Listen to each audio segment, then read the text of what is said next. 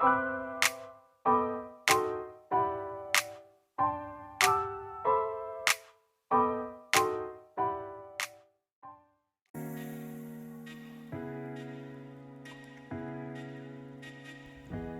d'abord, je commence par prendre la perruque et je l'installe sur un sac poubelle pour éviter de tacher la table. Donc, je mets mes gants et je vais préparer dans un petit moment la préparation. Donc, pour faire ma préparation, j'ai pris un seau de poudre, donc il me restait un fond. Donc, je pensais que ça allait me suffire, mais j'avais quand même acheté 3 petits sachets en plus. Et j'ai pris un oxydant de 40 volumes. Donc, j'ai mélangé 3 petites cuillères de poudre plus 3 petites cuillères d'oxydant pour avoir un mélange assez homogène, ni trop épais, ni trop liquide. Et au niveau des colorations, donc j'ai pris 3 teintes. J'ai pris le cinnamon, le sunrise orange et le paprika. Donc, pour tout ce qui est coloration, on verra par la suite. Pour le moment, on est au niveau de la décoloration. Parce que de base, ma perruque, elle était brune avec le bout un petit peu marron, on va dire. Donc, je voulais qu'elle soit complètement uniforme, tout de la même couleur pour pouvoir faire une coloration adéquate par-dessus. Mais c'est vrai que c'est un peu compliqué de pouvoir bien décolorer sans avoir une tête. Pour poser la perruque, donc il y a des zones où parfois c'était encore un peu foncé, donc je devais bien ouvrir, séparer les cheveux, bien mélanger partout, être sûr des endroits où j'avais passé, sinon revérifier, tourner la perruque dans tous les sens et ensuite laisser poser et après au fur et à mesure vérifier si partout était un peu la même couleur. C'est vrai qu'il y a des endroits où j'ai laissé un petit peu plus foncé et des endroits un petit peu plus clairs pour faire une espèce de relief avec les couleurs. Mais si on veut que tout soit uniforme, je pense que c'est plus simple d'acheter une perruque blonde platine. Et comme ça, on a juste la coloration à faire par-dessus. On n'a pas à se tracasser. Parce que là, décolorer soi-même une perruque, c'est chiant. Ça prend du temps. Et il faut être minutieux. Parce que si on oublie complètement une partie et tout est déjà décoloré, on risque de changer la couleur de base qu'on voulait puisqu'on n'a pas vérifié partout. Donc là, j'ai dû mettre au moins 3 bols, hein, vraiment, pour que ça soit dans la couleur que vous voyez là actuellement. Et même là, j'étais pas tout à fait satisfaite, donc j'ai remis un petit peu pour avoir la couleur de fin que vous voyez en vidéo. Et j'avoue que j'étais très satisfaite du résultat. Le fond était très clair. Il y a des parties qui étaient un petit peu plus foncées. Et quand ça a séché, j'étais amoureuse de la couleur. J'aurais même pu la laisser comme ça. Mais non, j'avais besoin de lui faire des soins parce que c'était un peu sec après la décoloration. Et une fois que j'ai fait la couleur, c'était parfait. Donc là, je passe à l'étape de la coloration. Donc évidemment, comme je vous explique avec les petits messages en dessous, je vous dis la quantité de chaque chose que j'ai pu mettre. Et le temps de pause, il varie. Il varie vraiment parce que à certains moments, je trouvais que c'était bon.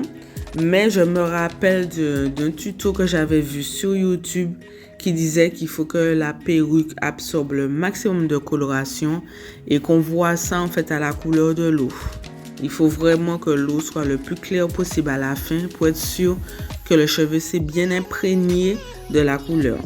Donc tant que je voyais qu'il y avait de la coloration, je continue à laisser tremper. Je me suis dit c'est pas grave, s'il faut que je laisse tremper 1 heure, 2 heures, je vais le faire pour obtenir le résultat que je veux, pour être sûr après de ne pas avoir à refaire le processus pour ajouter de la couleur.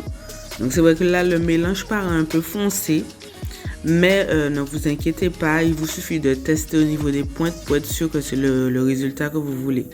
Donc quand je trempe au fur et à mesure, section par section, je vois que c'est un résultat qui me plaît et qui ne sera pas le résultat définitif évidemment. Parce qu'une fois qu'il aura séché, on verra vraiment le rendu quand ce sera au soleil.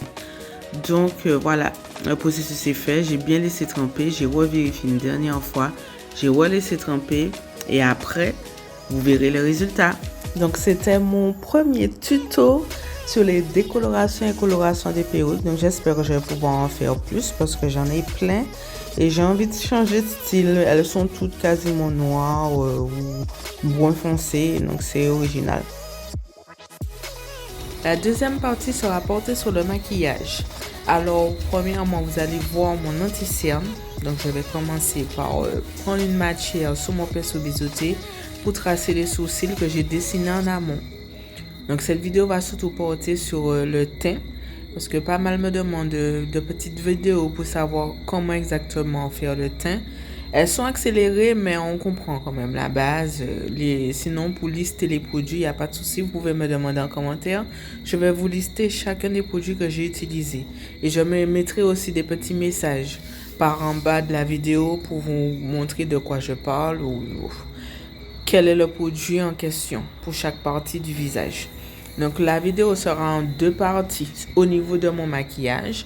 Donc, il y a une partie qui sera le teint, l'eyeliner et les faux cils. Et l'autre partie sera tout simplement le teint et un petit dégradé, mais vraiment très léger sous les yeux pour pouvoir reproduire en tant que maquillage de jour, maquillage pour aller travailler. Rien de compliqué avec juste deux teintes et beaucoup d'estompage pour que ça ne soit pas trop approfondi. Mais sinon, le maquillage en général, c'est toujours les mêmes choses. Et on finit toujours par le suppléant-fleu, on va dire. Ce qu'on veut rajouter à la fin. C'est pour ça que normalement, quand je me maquille, je fais toujours les yeux avant. Et en dernier, je fais le teint. Mais là, comme vous le voyez sur la vidéo, j'ai fait l'inverse. Pourquoi? Parce que comme la vidéo était centrée sur le teint, comment je fais mon teint, chaque personne peut faire son teint à sa manière, mais moi, c'est comme ça que j'ai appris, c'est comme ça que j'aime faire. Donc, je mets toujours le fond de teint avant, après l'anti-cerne. Donc, la partie où vous voyez que je mets un petit peu plus d'anti-cerne, c'est la partie où je fais mon contouring. Donc, je vais faire des zones de lumière et des zones d'ombre. Et vous verrez avec le fard à joues, le fard. J'utilise en fait précisément pour faire mes zones d'ombre. J'utilise mon fard à paupières marron foncé. Pour l'instant, j'ai pas encore envie d'investir dans un vrai contouring parce que j'en fais pas tout le temps. C'est vraiment quand je vais accentuer un make-up ou accentuer mon visage par rapport à une coiffure, mais sinon, c'est vraiment pas souvent. Mais en général, sur toutes mes vidéos make-up, vous verrez que la base, je le fais teint, yeux, fard à joues, poudre pour le baking pour accentuer encore le regard. Mais là, je vais faire un petit eyeliner design. Voilà, pour changer un peu de l'eyeliner habituel. Et l'autre côté, ce sont deux couleurs que j'utilise en général, le marron et l'orange.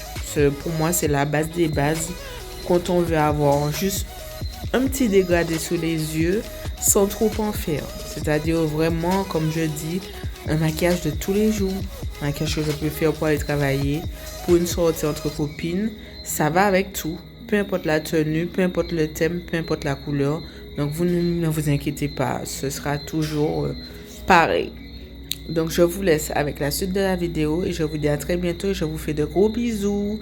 N'hésitez pas à vous abonner, partager et liker. Bye bye.